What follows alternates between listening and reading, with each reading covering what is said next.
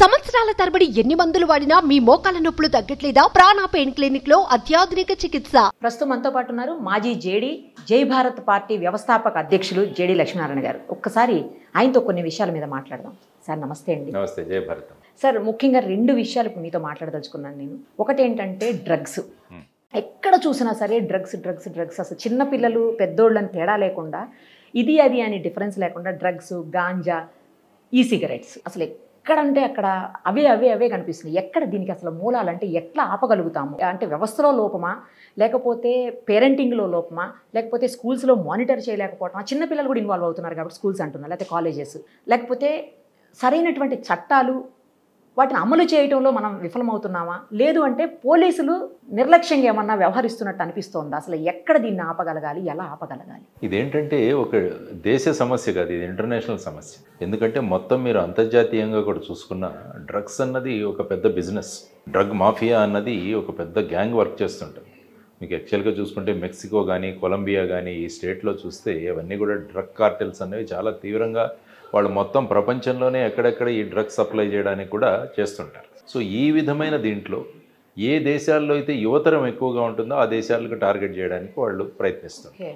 అంటే ఏమవుతుందంటే యువతరం ఎప్పుడు కూడా ఏదో కొత్తదనాన్ని చూడాలి, కొత్తది ఏదో తెలుసుకోవాలి అన్న ధోరణిలో ఉంటారు కాబట్టి వాళ్ళ మీద. తర్వాత రెండవది ఏమైపోయిందంటే ఈ మధ్యలో లైఫ్ అంతా కూడా స్ట్రెస్ఫుల్గా తయారైపోయింది ప్రతి ఒక్కరికి. కాబట్టి ఈ స్ట్రెస్ నుంచి బయటపడదాము అన్న కొంతమంది మద్యం తాగే వాళ్ళు ఉన్నారు, లేకుంటే ఈ విధంగా మిగతా అలవాట్లు చేసేవాళ్ళు ఉన్నారు. కానీ ఈ మధ్యకాలంలో ఏంటంటే డ్రగ్స్ అన్నవి ప్రబలంగా బాగా ఎక్కువైపోయాయి. ఇంతకుముందు ఏంటంటే కేవలం metro cities, for example Bombay కానీ కల్కట్టా కానీ ఇటువంటి ప్రాంతాల్లో ఉండేదనే, కానీ ఇప్పుడు చూస్తే సెలబ్రిటీస్ వీళ్ళు ఉండేవాళ్ళు. కానీ గ్రామాల్లో కూడా ఇప్పుడు వెళ్ళిపోయింది.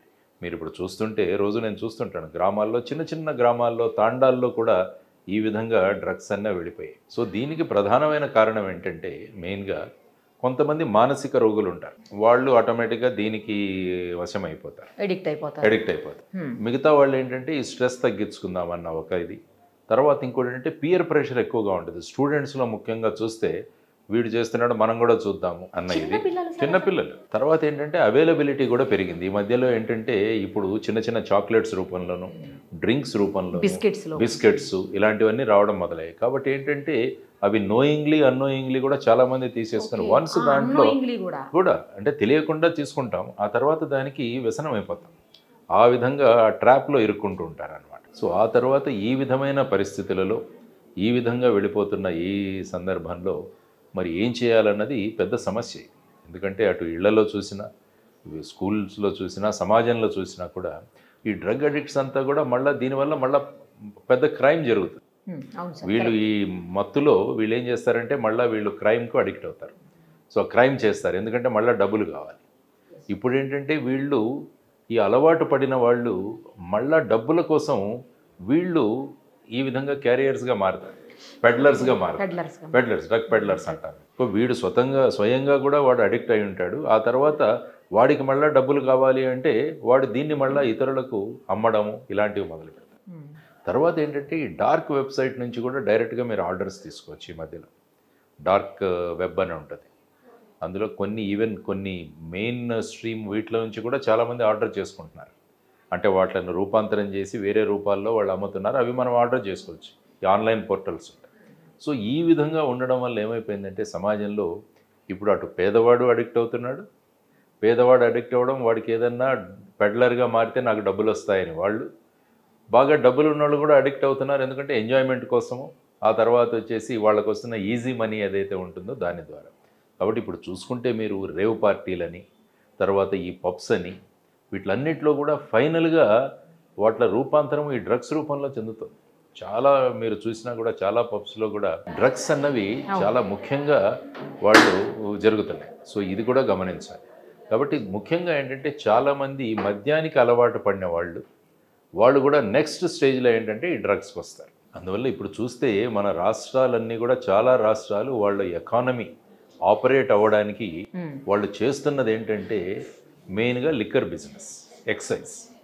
ఇప్పుడు మీరు ఒకసారి ఆలోచిస్తే కోవిడ్ మొత్తం దేశంలో లాక్డౌన్ జరిగిన తర్వాత ప్రధానమంత్రి గారు చీఫ్ మినిస్టర్ల మీటింగ్ పెట్టారు ఏం చేయాలి అని. చీఫ్ మినిస్టర్లు చాలా మంది వాడు అడిగింది ఏంటంటే మొట్టమొదట మా లిక్కర్ షాప్స్ ఓపెన్ చేయండి. అంటే రాష్ట్రాల ఎకానమీ వచ్చేసి దీని మీద ఆధారపడి ఉంది. సో దాని తర్వాత ఎన్నికల్లో కూడా చీప్ మద్యం విపరీతంగా పంచుతారు, డబ్బులతో పాటు మద్యం. దాంతో ఏంటంటే చాలామంది అడిక్ట్ అవుతారు. ఫ్రీగా వస్తుంది కదా తాగి. వన్స్ అది అయిన తర్వాత ఎలక్షన్స్ అయిపోయిన తర్వాత వీళ్ళక వ్యసనం అన్నది అంటుకుంటుంది. సో ఈ వ్యసనంతో మళ్ళా ముందుకు వెళతారు. ఆ తర్వాత నెక్స్ట్ వచ్చేసి అవైలబిలిటీ. ఈ మధ్య ఎక్కువగా అవైలబుల్ అవుతున్నాయి డ్రగ్స్. ఇప్పుడు చూసుకుంటే ముంద్రా పోర్ట్లో సుమారుగా 300 టన్నుల హెరాయిన్ వచ్చింది. మీరు చూసుకుంటే ఐ థింక్ 1.5 సంవత్సరం అయిందనుకుంటా. అది ఎవరో విజయవాడ వాళ్ళు ఆర్డర్ చేశారు. విజయవాడ కాకినాడ లింక్ అని అప్పుడు చాలా పెద్దగా వచ్చింది. ఆ తర్వాత ఏమైందో తెలియలేదు మనకు. ఆ తర్వాత మొన్నటికి మొన్న విశాఖపట్నంలో ఒక పెద్ద కంటైనర్ వచ్చింది, ఈస్ట్ కంటైనర్. దాంట్లో సుమారుగా ఐ థింక్ 25 టన్నులు, 25,000 కిలోలు ఈస్ట్ ఎక్కడి నుంచో తెప్పించుకున్నారు వాళ్ళు. బ్రెజిల్ ఆ ఏరియా నుంచి వచ్చింది, వయా జర్మనీ సైడ్ నుంచి. మరి ఆ ఈస్ట్ అన్నది మన దేశంలో తక్కువగా దొరుకుతుంది రేట్.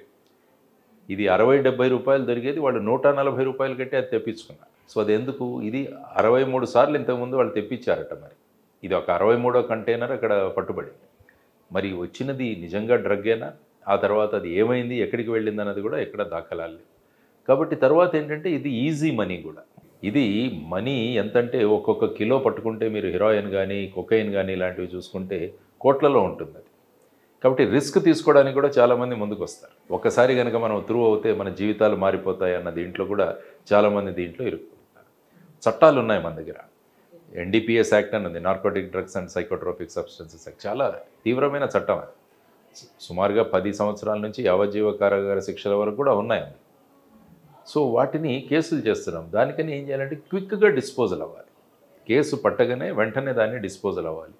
తర్వాత ఇప్పుడు కేంద్ర ప్రభుత్వం ఏమంటుందంటే డ్రగ్ అడిక్ట్స్ని వీళ్ళని రిహాబిలిటేషన్ చేసి వాళ్ళని మార్చాలి, వాళ్ళలో మార్పు తీసుకురావాలని రిహాబిలిటేషన్ సెంటర్స్ కూడా చాలా ఓపెన్ అవుతాయి. కానీ చాలామంది ఫ్యామిలీస్లో ఏం జరుగుతుందంటే డ్రగ్ అడిక్షన్ ఉంది అని చాలామంది తల్లిదండ్రులకు తెలియలేకుండా, చాలామంది తల్లిదండ్రులు వాళ్ళ పిల్లలు అడిక్ట్ అయినా కూడా వాళ్ళకి ఆ సిమ్టమ్స్ తెలియవు. సాధారణంగా నేను మీ ద్వారా తల్లిదండ్రులకు తెలియజేయడం ఏంటంటే ఈ డ్రగ్ అడిక్షన్ అన్నది మీరు ఎలా గుర్తుపట్టవచ్చు అన్నది మీరు ఒకసారి ఆలోచిస్తే పిల్లల కళ్ళను ఒకసారి అబ్జర్వ్ చేయండి.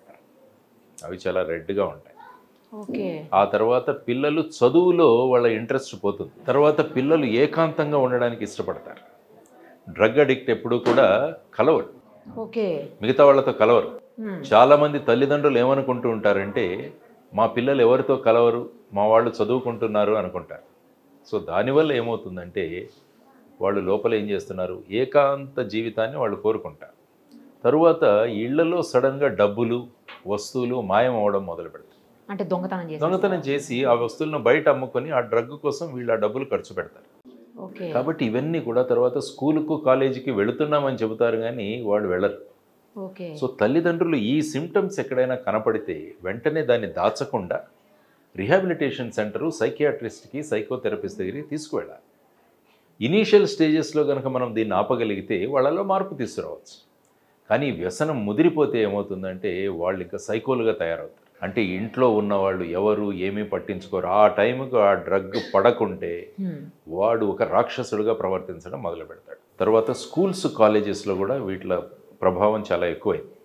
అందువల్ల స్కూల్ అధికారులు, స్కూల్ అథారిటీస్ కూడా స్కూల్ చుట్టుపక్కల ఉన్న ఈ చిన్న చిన్న కిళ్ళి కొట్టులు కానీ బంకులు కానీ వీటిలన్నింటిలో కూడా ఈ చాక్లెట్లని, బిస్కెట్స్ అని, కూల్ డ్రింక్స్ అని ఇవన్నీ కూడా అమ్ముతున్నారు. కాబట్టి మున్సిపల్ అధికారులు కూడా వీటి మీద గట్టి నిఘా పెట్టాలి, పోలీసులు కూడా పెట్టాలి. ఆ తర్వాత స్కూల్స్లో పిల్లలు యాబ్సెంట్ అవుతారు సడన్గా.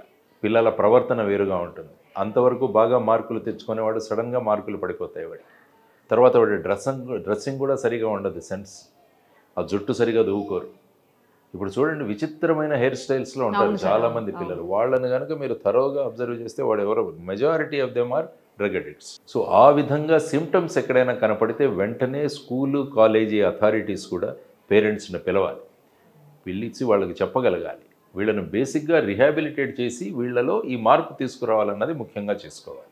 సో ఇది కుటుంబం, తర్వాత ఇన్స్టిట్యూషన్స్ యొక్క ధర్మం, తర్వాత సొసైటీ కూడా దీనికి రెస్పాండ్ అవ్వాలి. ఇదేంటో డ్రగ్స్ మా సమస్య కాదు అని ఎవరు అనుకోకూడదు. ఇది సమాజాన్ని పట్టి పీడిస్తున్న ఒక పెద్ద సమస్య. కాబట్టి ఈ డ్రగ్కు వ్యతిరేకంగా కూడా మనం చిన్న చిన్న గ్రూప్స్ ఏర్పడాలి, ఇన్ఫర్మేషన్ ఇవ్వగలగాలి, ఇవి కూడా చేయగలగాలి.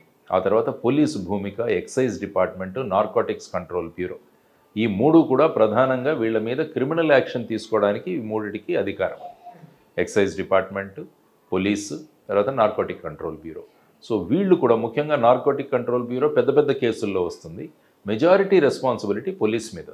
కాబట్టి పోలీసుల్లో కూడా ఇది చాలా కేర్ఫుల్గా మనం చూడాల్సిన అంశం. కొంతమంది పోలీస్ అధికారులు వీటిలలో ఎక్కువగా ఈజీ మనీ వస్తుందన్న సందర్భంలో కూడా చాలామంది వాళ్ళతో కలిసిపోయే అవకాశం కూడా ఉంటుంది. కాబట్టి సీనియర్ ఆఫీసర్స్ చాలా స్ట్రిక్ట్గా ఉండాలి దీంట్లో. ఇలా ఎవరైనా ఉంటే వాళ్ళు తర్వాత కేసెస్ ఎలా చేయాలన్న దానికి ట్రైనింగ్ కూడా ఇవ్వాలి. ఎందుకంటే కొత్త వాళ్ళు వస్తుంటారు, చాలామందికి ట్రైనింగ్ ఉండదు. చాలా కేసులు మీరు చూస్తే నార్కోటిక్ కేసులు చిన్న చిన్న మిస్టేక్స్ వల్ల వీళ్ళు అక్విట్ అవుతుంటారు, వీళ్ళు శిక్ష నుంచి తప్పించుకుంటుంటారు. కాబట్టి ఈ నార్కోటిక్స్ కేసు మీకు ఇన్ఫర్మేషన్ దొరికిన దగ్గర నుంచి ప్రతి విషయాన్ని డాక్యుమెంట్ చేయాలి. మీరు ప్రతి విషయంలో విట్నెసెస్ ఉండాలి మీ దగ్గర, ప్రతి విషయంలో సీనియర్ ఆఫీసర్స్కి ఇన్ఫామ్ చేయాలి. ఇవన్నీ కూడా డాక్యుమెంట్ అయ్యి రేపు, ఎందుకంటే అతని దగ్గర పట్టుకున్న ఏదైతే మాదక ద్రవ్యం ఉందో అది ఇన్ఫర్మేషన్ తర్వాత మీరు ఏ విధంగా తీసుకుని వచ్చి వాడిని పట్టుకున్నారన్నది. చాలామంది ఏమంటారంటే పోలీసులు తెచ్చి వీళ్ళ మీద పెట్టేస్తున్నారని కూడా కంప్లైంట్స్ వస్తాయి. అవును సార్, వాళ్ళు పట్టుకొస్తారు, వాళ్ళ డిక్కీలో పెట్టేస్తారు, అప్పుడు పట్టుకుంటున్నారు. ఇలాంటివి కూడా చాలా కంప్లైంట్స్ వస్తాయి. ఎవరి మీదైనా పగ తీర్చుకోవాలంటే, ఎవరినైనా చేయాలంటే వాళ్ళ ఇంట్లో పెడతారు. కొన్ని సినిమాల్లో కూడా చూసాం మనం ఇలాంటివి జరుగుతున్నాయి. కాబట్టి వీటన్నిటికీ ఏంటంటే రేపు కోర్టులో ఎక్కడా కూడా ఈ లింక్ అన్నది పోకూడదు.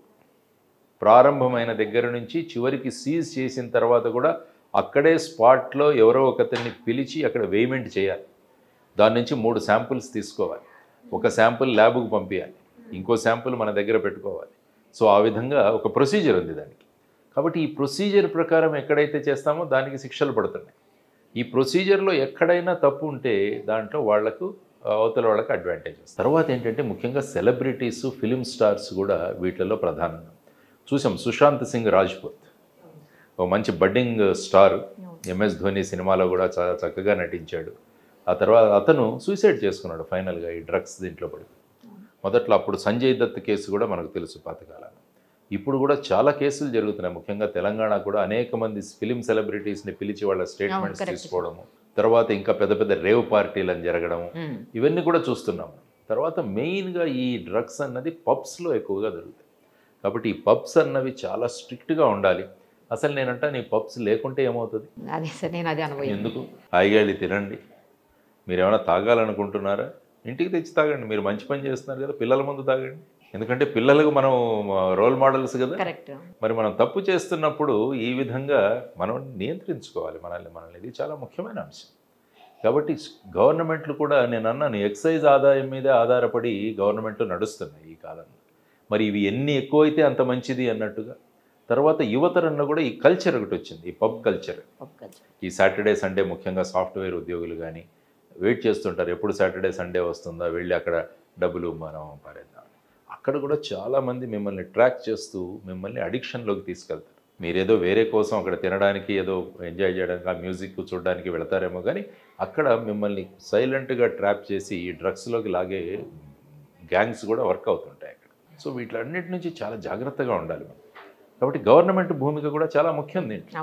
తర్వాత ఎక్కడ ఈ గంజాయి పండుతుందన్న దాంట్లో దాని మీద కూడా చర్యలు తీసుకోవాలి. అంటే సోర్స్లో కనుక మనం ఆపగలిగితే, ఫర్ ఎగ్జాంపుల్ ఆంధ్ర ఒరిస్సా బార్డర్లో చాలా విధంగా మన్యం జిల్లాల్లో చాలామంది వచ్చి అక్కడ ట్రైబల్స్ నుంచి కౌలుకు తీసుకొని వాళ్ళు గంజాయి పండిస్తున్నారు. ఎందుకంటే ఈ ట్రైబల్ ప్రాంతాల్లో మనం భూమి కొనుక్కోలేము, ఒక ట్రైబల్ నుంచి ఇంకో ట్రైబలే కొనుక్కోవాలి. కానీ వీళ్ళు ఏం చేస్తారంటే కౌలుకు తీసుకుంటారు, కౌలుకు తీసుకొచ్చి వాళ్ళ ద్వారానే చేయించి అక్కడ పండించి దాన్ని తీసుకెళ్తారు. కాబట్టి చాలా చోట్ల గంజాయి ఎక్కడ దొరికినా కూడా దాని మూలాలు తీసుకుంటే మీరు అక్కడికే వెళుతున్నాయి. కాబట్టి ప్రభుత్వాలు చేయాల్సింది అక్కడ పండుతున్న గంజాయి పంట మీద గట్టిగా, ఎందుకంటే ఇప్పుడు మనకి సాటిలైట్ ఇమేజరీస్ వస్తాయి, ఎక్కడెక్కడ ఏ ఏ పంట పండుతుందని మనం చెప్తాం. వరి ఇన్ని ఎకరాల్లో ఉంది, ఇన్ని హెక్టార్లో ఉందని మనం చెబుతుంటాం. ఆ విధంగా ఇది ఎక్కడ పండుతుంది అన్నది కూడా మనం ట్రేస్ చేయవచ్చు. అనుకుంటే సంకల్పిస్తే చేయడానికి చాలా సులభం అండి. సంకల్పించాలి, అది చాలా ముఖ్యమైన విషయం. తర్వాత పొలిటికల్ నెక్సెస్ కూడా ఎక్కడైనా ఉన్నాయని కూడా చూడడం చాలా అవసరం. ఎందుకంటే రాజకీయ నాయకులు కూడా ఈ మధ్య 30-40 కోట్లు ఎమ్మెల్యేకి, 100 నుంచి 150 కోట్లు ఎంపీలకి ఖర్చు పెడుతున్నారని మనం వింటున్నాం. అది చూస్తున్నాం కూడా, అది నిజం కూడా. కాబట్టి ఈ డబ్బులు ఎక్కడి నుంచి వస్తాయి? ఈ ఎమ్మెల్యేలు కూడా చాలా చోట్ల 100 కోట్లు పెట్టారు సార్. ఉండొచ్చు, అంటే రేట్లు పెరిగిపోతున్నాయి కదా ఇప్పుడు. సో దాంతో ఆ విధంగా చూసుకుంటూ వెళితే మరి ఇక్కడ పొలిటికల్ నెక్సెస్ ఏదైనా ఉందా? క్రిమినల్ పొలిటికల్ నెక్సెస్ కూడా ఎక్కడైనా ఉన్నాయా? ఇవన్నీ కూడా చూడాల్సిన అవసరం. తర్వాత ఈ పోర్ట్స్ ఏవైతే ఉన్నాయో పోర్ట్ల నుంచి కూడా చాలా వస్తున్నాయి. కానీ దురదృష్టవశాత్తున పోర్ట్లన్నీ కూడా ఈ మధ్య ప్రైవేటీకరణ జరుగుతున్నాయి. ప్రైవేట్ పోర్ట్స్లోనే వెళుతున్నాయి అన్నీ. కాబట్టి ఈ సందర్భంగా మరి ప్రైవేట్ పోర్ట్లలో కావలసినంత చెకింగ్స్ ఇవన్నీ ఉన్నాయా లేదా అన్నది కూడా చూడాలి. కాబట్టి ఈ అన్ని కారణాలు తీసుకొని మనం ఏం చేయాలంటే సమగ్రంగా ఈ డ్రగ్స్ మీద ఒక ఉద్యమాన్ని నడపాలి. అప్పుడే ఇది అవుతుంది. లేకుంటే ఉంటే ఒక జనరేషన్ పాడైపోతుంది. ఎందుకంటే భారతదేశంలో యువతరం పెద్ద సంఖ్యలో ఉన్నాయని మనం అంతా గర్వంగా చెప్పుకుంటాం. కానీ యువతరం ఎలా తయారవుతున్నారన్న దాని మీద కూడా ఆధారపడి ఉంటుంది.